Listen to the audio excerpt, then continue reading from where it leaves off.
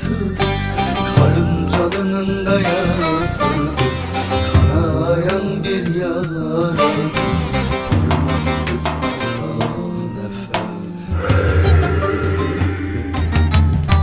Kızanları peşinde, girmiş çakal ininde, diz çöktürür zalime parmaksız Hasan Efem hey.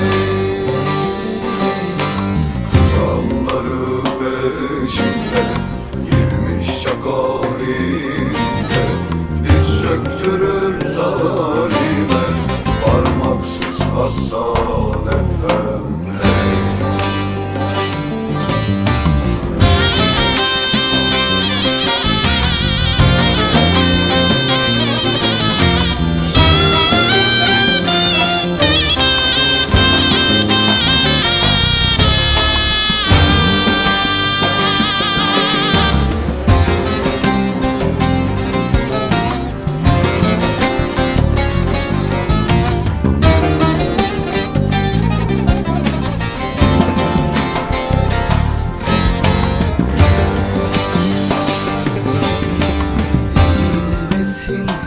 Hiç başın kederlidir her başın, sana da selamı var Hazini at canım. Eğilmesin hiç başın kederlidir her başın, sana da selamı var Hazini at canım.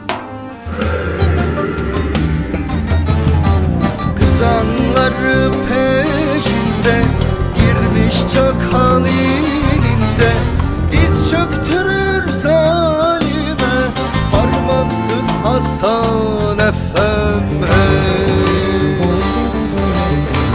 Kızanları peşinde, girmiş çakal ininde, diz çöktürür zalime parmaksız Hasan Efem.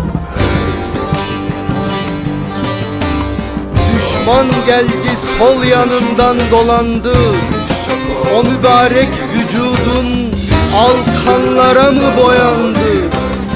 Ölüm geldi kapınıza dayandı, Çakırcalı demirci yörük halimde sana yandı.